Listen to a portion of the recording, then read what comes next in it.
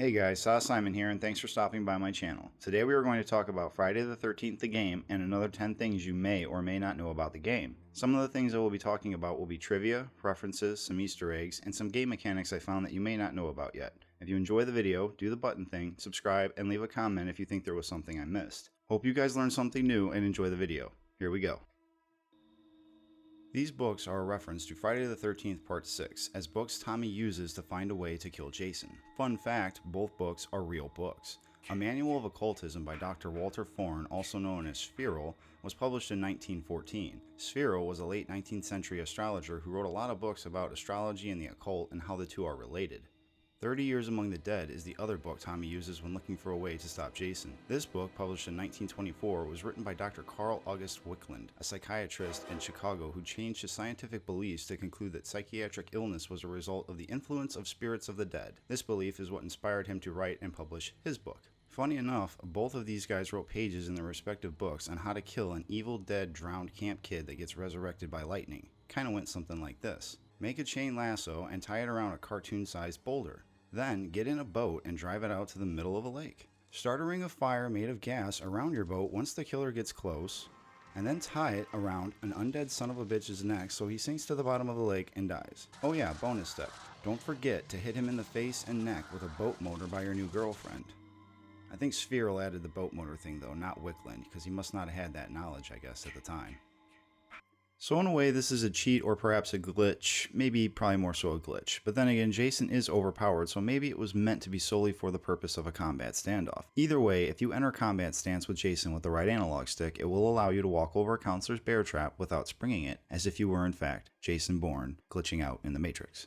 Also, as a side note on the bear traps, make sure that once you do enter combat stance, you hold down on block with R1 and walk through the trap. It will not hurt you, it will just stick to your leg.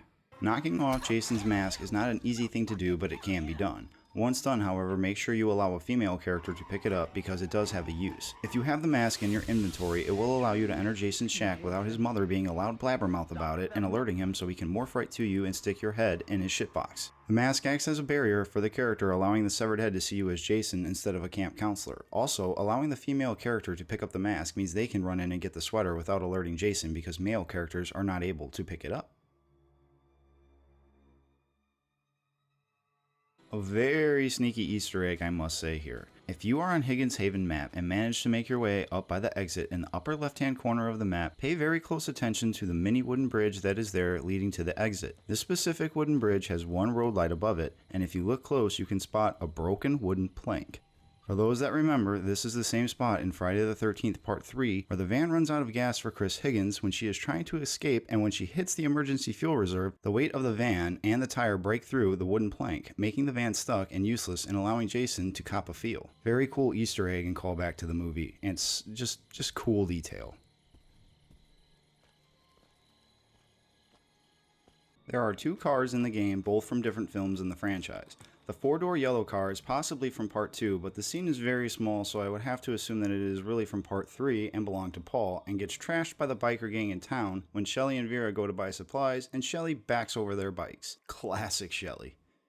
The blue two-seater is from Friday the 13th Part 6, Jason Lives, and belonged to a couple of traveling counselors that came across Jason on their way to Camp Forest Green. These unlucky two were just trying to get to camp for their summer jobs. When they see Jason, they try to back up and get away, but get stuck in the mud. Pretty much end the story there. Hell, Jason even kills their car. This guy was such a douche. Shelley was a nerdy loser from Part 3 who did practical jokes that no one liked or laughed at. He was pretty much a tool. However, he does have a spot on the Higgins Haven map named after him. It is located above the barn area on the map. I don't know what else to say about this guy. I'm glad you died in the movie. This road is located on Crystal Lake map in the upper left corner and has two references. First, it is named after Sean S. Cunningham, who wrote and directed the original Friday the 13th. There is a big legal battle going on over who has total control, rights, ownership of the franchise and series right now. Basically, it says that Cunningham created the name of the series, Pamela Voorhees, and Jason, along with his drowning backstory, but not the crazy killer aspect of him. But he still makes bank on the property because he did make it, and the title is in every movie. This road is also mentioned in Part 6 by Tommy's new girlfriend, Megan, once at the start telling her father to go check on Cunningham Road for the two missing counselors that die in the blue car, but they only know them to be missing at that point, and later with Tommy stating that if they could just get to Cunningham Road, they would be safe. Another book you can find somewhere around camp for some reason is the Necronomicon, a reference to the Evil Dead series about a group of friends that go for a weekend trip in the woods and literally all hell breaks loose because they mess around with this book. It was created by horror writer H.P. Lovecraft and is a fictional magical grimoire. It is first mentioned in his short story The Hound, published in 1924, and shows up later in some of his other works. Probably another book Tommy was going to use to try and kill the big man. Helpful hint for those looking for the experience and an achievement. If you find the house with the large red tower on the back, pat yourself on the back. This is the house with the radio to call in Tommy. Simply run in and hit the corresponding button and you will call the only man that can handle Jason. Just make sure you have power to make the call.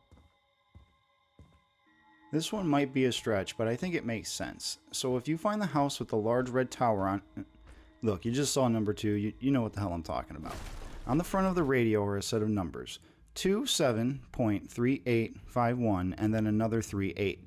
Now I don't know shit about radios or CBs except it's fun to push the button and talk mad shit to whoever is listening, but that has nothing to do with this. I believe these numbers represent the Jasons from the films. Let me show you how. So we have part 2, part 7, part 3, and part 8. Now here it gets tricky, but follow me. If we add the 2 and the 7 at the start, we get part 9 Jason. If we add the 5 and the 1 at the end, we get part 6 Jason. So that basically covers all the Jasons. We don't have part 4 Jason, which is just part 3 with a damaged mask and bloody overalls. However, if we subtract the 5 from the 1, we do get part 4 Jason. And lastly, if we add the 2 and the 7, and again we get 9, and then add 1 from the other end, we get 10, which would be Jason X.